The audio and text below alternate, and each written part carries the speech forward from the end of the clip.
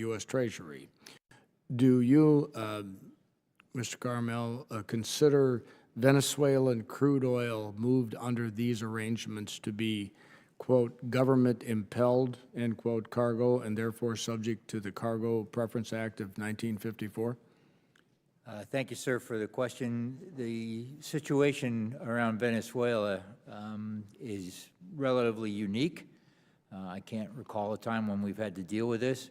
And from an international law perspective, extraordinarily complex.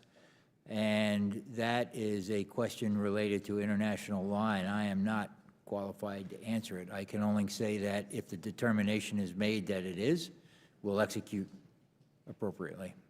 Okay, well then we will, if you have any names or phone numbers that we can contact to get a legal answer to that, I would be most appreciative of that, because we do need an answer. Yes, sir. Okay, Mr. Potter, current and future naval platforms need an operating system modeled after the commercial automotive industry that can integrate weapons, sensors, and hull mechanical and engineering, HM&E, those systems, and rapidly provide software updates. How is the Navy looking to integrate such a commercially proven operating system into warships?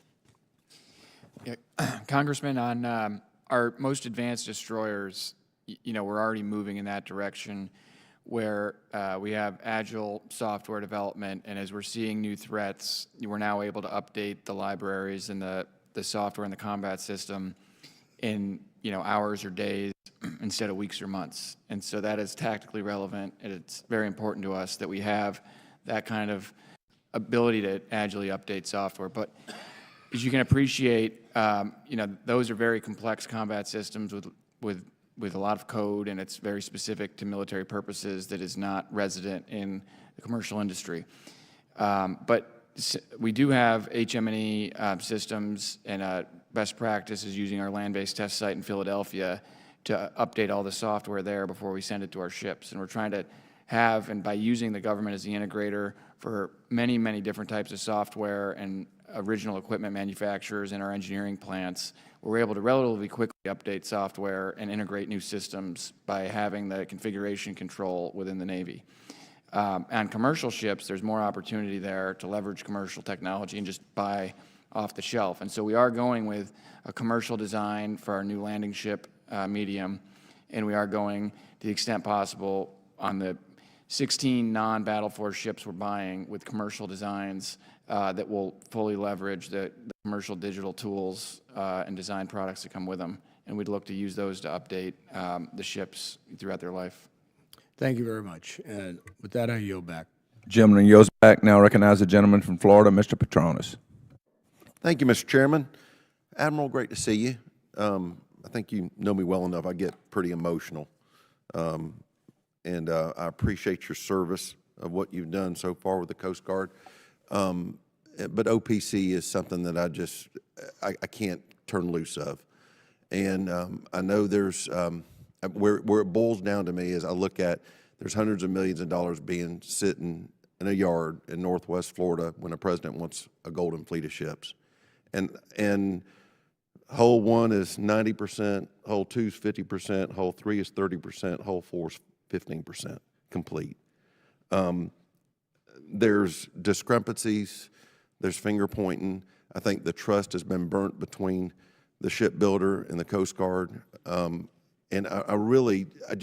I'm getting spun up because I think there's taxpayers' money that is not being utilized. I at one point was very sympathetic to the Coast Guard. At one point I get very sympathetic with Eastern.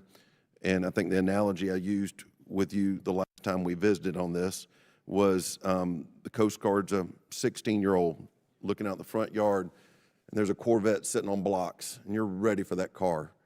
You want your car. You deserve that car, but it's not finished. And so the anxiety of the fight that's gone on between the contractor who has had its shortcomings, and I looked at, just did a little back in the math napkin here work. There's 4 different presidential administrations, 6 DHS secretaries, 4 commandants, 3 sat in your spot, and we don't have a boat that's operational. You know, and I know Austell is doing a fine job, and but they're in the single digits, I guess, in completion based on what you said earlier. I don't necessarily see this going in reverse, but I definitely don't like seeing hundreds of millions of dollars in taxpayers' money not being utilized for the good of protecting our coastlines. I think the Coast Guard is one of the greatest acquirers of human intelligence we have. The trip that we got spent together created a love that I have for your service. And I had no idea what you did, what you entailed, what y'all did around the world. And I don't think members in this process realize the type of commitment you make to what we get to be proud about having the safety and security of our nation. And I think you deserve these boats, and I want you to have these boats. But how do we get back and get those investments back underway? How do we go back and fix the trust that we've gotten from the taxpayers to spend that money, and those vessels are just sitting there rusting? I don't want to blindside you, but I know it's something you've been thinking about, and I think this project has probably been a little bit of a tar baby. You know, we get excited about what's over at Austell, but we're not thinking about what's still sitting in a Florida yard that wants to build ships. And I don't talk to Eastern on a regular basis, but I just do care about the investment that's there. And I'll stand ready for whatever you have to respond to. Congressman, well, first and foremost, I want to thank you for your comments and your praise of the Coast Guard and the many missions that we do, as you stated, around the world. And it was a pleasure. 24/7. Yes, sir. It was a pleasure to travel with you and have the opportunity to talk. And I know we have had conversations about the situation with Eastern. I guess I will first start off by saying, as far as wanting that car, the OPC, I am 100% certain that that ship is going to be a fantastic addition to the Coast Guard fleet when they get operational and hit the fleet. Unfortunately, with Eastern and Stage 1 contract, we are at a standstill, and we are negotiating, in the process of negotiating with them. So that's about all I can share as far as where we're going. We hope to come to a resolution. Yes, sir. Okay, I just,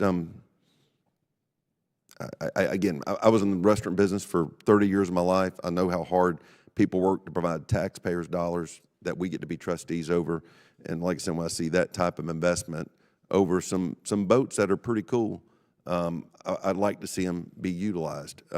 But again, at first-in-class ship, largest contract in the history of the Coast Guard, you know, that many different people have an oversight and development of it. I really, I guess, I almost feel like